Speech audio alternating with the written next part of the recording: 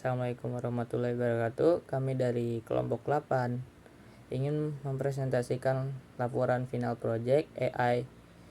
Sebelum itu kita beranggota saya sendiri Muhammad Endafruddin, ada Dede Abdurrahman Yusuf dan Dinda Melani. Belakang AI. Latar belakang AI dan data science adalah dua bidang yang semakin penting dan saling terkait dalam perkembangan teknologi modern. AI adalah cabang ilmu komputer yang berfokus pada pengembangan sistem dan perangkat lunak yang dapat melakukan tugas-tugas yang biasanya membutuhkan kecerdasan manusia seperti pembelajaran, penalaran, dan persepsi. Sementara itu, data science adalah bidang interdisipliner yang menggabungkan matematika, statistik, dan ilmu komputer untuk mengekstrak wawasan dan pengetahuan dari data. Selanjutnya, pentingnya data science di era Society 5.0. Konsep Society 5.0 merupakan visi Jepang untuk membangun masyarakat yang berpusat pada manusia dan didorong oleh teknologi.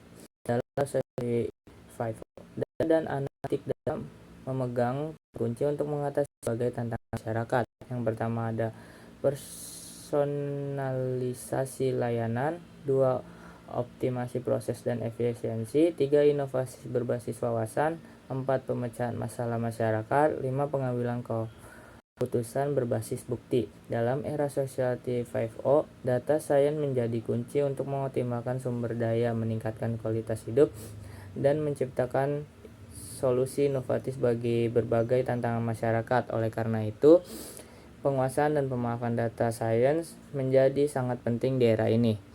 Yang kedua ada teknik tugas pokok data science. Berikut penjelasan mengenai teknik-teknik dan tugas pokok data science serta teknik pembelajaran untuk masing-masing komponen. Yang pertama ada pengumpulan dan pengolahan data, data collect dan pre-processing. Teknik mengumpulkan data dari berbagai sumber, membersihkan, memformat, dan mengintegrasikan data. Pembelajaran memahami format data, metode instruksi data, teknik pembersihan dan transformasi data. 2. Eksplorasi dan visualisasi data. Tekniknya menganalisis data untuk memahami pola, tren, dan hubungan antar variabel, membuat visualisasi data untuk mengomunikasikan wawasan. Pembelajarannya teknik statistik deskriptif, analisis korelasi, pembuatan grafik dan visualisasi data. 3. Pemodelan dan pembelajaran mesin.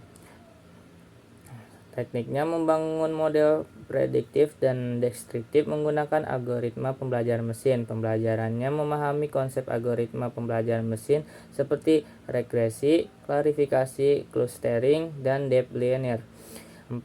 Evaluasi dan optimalisasi model.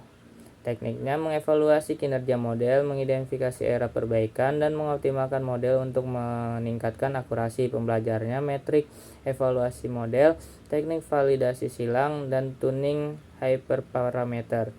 5. Komunikasi dan interpretasi hasil. Tekniknya menyajikan hasil analisis dan model secara efektif melalui laporan, presentasi, atau visualisasi. Pembelajaran teknik penyampaian informasi, pembuatan laporan, dan presentasi yang efektif. Selanjutnya, perkembangan AI di Indonesia. Berikut ini 3 contoh penerapan kecerdasan buatan AI yang sudah diterapkan di Indonesia pada saat ini. Yang pertama ada chatbot layanan publik. Banyak instansi pemerintah dan layanan publik di Indonesia telah menghadirkan chatbot AI untuk mempermudah dan membantu warga. Contohnya chatbot Tapil di website Kementerian Dalam Negeri yang dapat membantu warga mengurus dokumen kependudukan. Yang kedua, ada sistem rekomendasi e-commerce. Beberapa platform e-commerce di Indonesia telah menggunakan sistem rekomendasi berbasis AI untuk meningkatkan pengalaman belanja penggunanya. Contohnya seperti sistem rekomendasi produk di Tokopedia dan Shopee yang menganalisis data riwayat penelusuran pembelian dan preferensi penggunaan untuk merekomendasikan produk yang sesuai.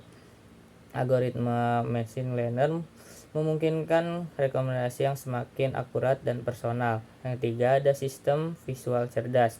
Beberapa perusahaan di Indonesia telah mengembangkan asisten visual cerdas berbasis AI untuk membantu penggunaan. Contohnya Alexa dari Amazon yang tersedia di Indonesia dan dapat membantu tugas-tugas seperti menjadwalkan pertemuan, mengontrol perangkat rumah pintar, dan menjawab pertanyaan.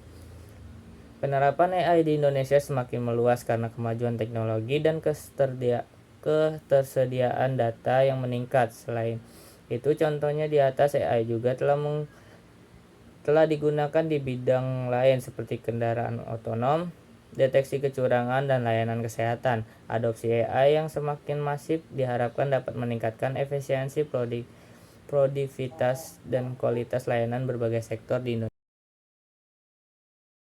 Selanjutnya, yang terakhir ada ide dan usulan mengenai sarana-sarana MDG. Yang pertama ada definisi masalah. 1. Mengatasnamakan kemiskinan ekstrim dan kelaparan. Masalahnya adalah bahwa sebagian besar popularitas di dunia masih hidup dalam kemiskinan ekstrim, kurang memiliki akses kebutuhan dasar seperti makanan, air bersih, dan sanitasi yang memadai. Hal ini menyebabkan gizi buruk, kelaparan, dan hasil kesehatan yang buruk yang memperpetuat sistem kemiskinan. 2. Mencapai kependidikan dasar universal. Masalahnya adalah bahwa banyak anak-anak terutama di negara-negara berkembang tidak memiliki akses ke pendidikan dasar yang berkualitas. Hal ini dapat menyebabkan oleh faktor-faktor seperti kurangnya infrastruktur, sumber daya yang tidak memadai, dan hambatan budaya sosial ekonomi yang membatasi peluang mereka untuk berkembang pribadi dan intelektual. 3. Menurunnya angka kematian anak. Masalahnya adalah bahwa anak-anak terutama di negara-negara berkembang tidak dapat bertahan hidup melewati usia 5 tahun karena penyebab-penyebab yang dapat dicegah seperti gizi buruk, penyakit menular, dan kurangnya akses ke layanan kesehatan esensial. Hal ini menimbulkan penderitaan manusia yang besar dan menghambat pembangunan masyarakat dan bangsa secara keseluruhan. Yang kedua ada desain agen cerdas. Untuk mengatasi masalah-masalah yang telah didefinisikan di atas, agen cerdas dapat dirancang sebagai elemen-elemen PAS ukuran kinerja lingkungan, aktuator, dan sensor sebagai berikut. 1.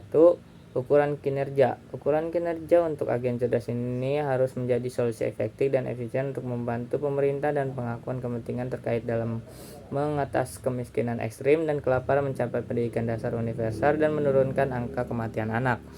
Yang kedua ada lingkungan. Lingkungan untuk agen cerdas ini akan menjadi konteks sosial, ekonomi, politik, dan budaya dari komunitas dan wilayah target yang menghadapi masalah yang telah diidentifikasi. Hal ini dapat melibatkan faktor-faktor seperti kesejahteraan sumber daya alam, infrastruktur yang ada, kebijakan pemerintah, dan norma-norma budaya.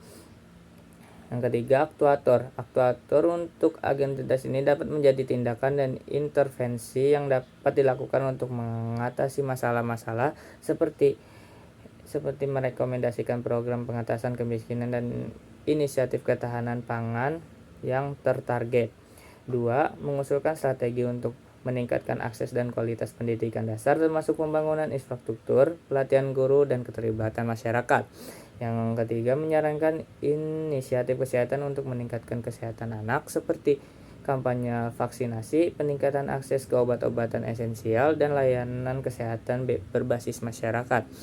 Yang keempat ada sensor. Sensor untuk agen cerdas ini akan menjadi sumber data yang dapat dimanfaatkan untuk memahami masalah-masalah dan penyebab mendasarnya. Seperti 1. Data demografis dan sosial ekonomi, misalnya tingkat kemiskinan, distribusi pendapatan, pendaftaran sosial, angka kematian anak.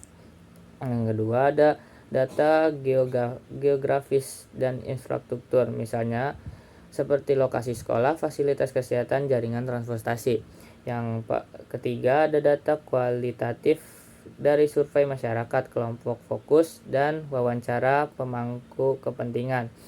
Yang keempat ada data real time dari sensor, sistem pemantauan, dan sumber lainnya untuk melacak kemajuan dan dampak intervensi.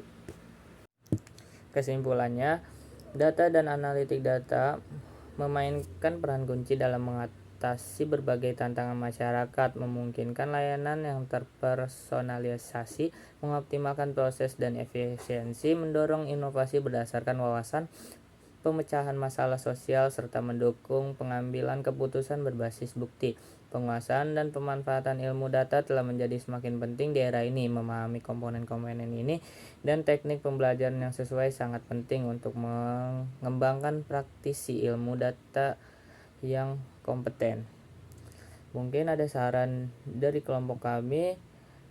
Tekankan lagi sifat interdisipliner data science. Laporan ini dapat menekankan lebih lanjut tentang sifat interdisipliner data science yang memerlukan integrasi dari berbagai bidang seperti matematika, statistika, ilmu komputer, dan pengetahuan domain spesifik. Menekankan aspek ini akan menekankan luasnya keterampilan dan keahlian yang dibutuhkan untuk unggul di bidang data science. Berikut rekomendasi yang dapat ditindaklanjuti dengan berdasarkan pada desain agen cerdas. Laporan ini dapat menawarkan rekomendasi yang lebih spesifik dan dapat ditindaklanjuti tentang bagaimana pemerintah dan pemangku kepentingan terkait dapat mengimplementasikan solusi-solusi tersebut. Ini dapat mencakup panduan tentang infrastruktur data, kerangka kebijakan, pengembangan kapasitas, serta mekanisme pemantauan dan evaluasi.